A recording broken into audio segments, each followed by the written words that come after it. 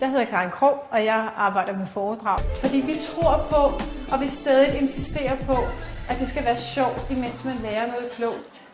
Det, som jeg er meget glad for at gøre, det er at sætte mig så meget i min tilhørssted som overhovedet muligt. At finde ud af, hvad er det for en dagligdag, som de kører rundt i? Hvad er det for nogle tips og tricks, de måske kunne få ekstra brug for hjælp til?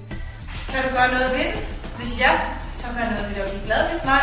Det er vigtigt for mig, at deltagerne får noget med hjem fra mine foredrag eller mine workshops. Og uanset hvor meget tid jeg har, så opfordrer jeg faktisk folk til at lave nogle opgaver, finde ud af, hvordan kan de rent faktisk implementere alt det her, som jeg snakker om.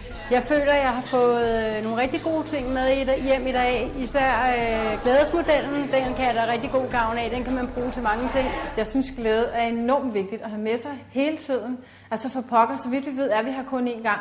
Og hvis ikke vi er glade, mens vi er her, så kan det da være ligegyldigt, kan det ikke det?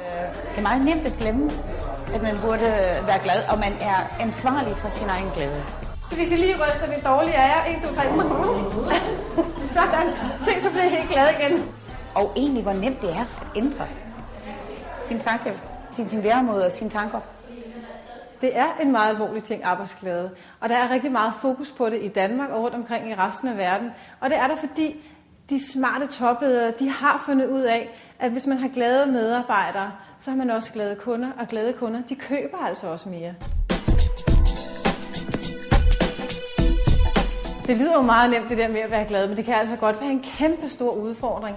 Jeg har det selv sådan nogle gange, at hvis der er noget, der generer mig, noget jeg ikke rigtig sådan kan se mig udenom, så flimrer det sådan her op for mine øjne hele tiden, og jeg kan bare ikke komme væk fra denne her udfordring eller bekymring, eller hvad det er, som generer mig.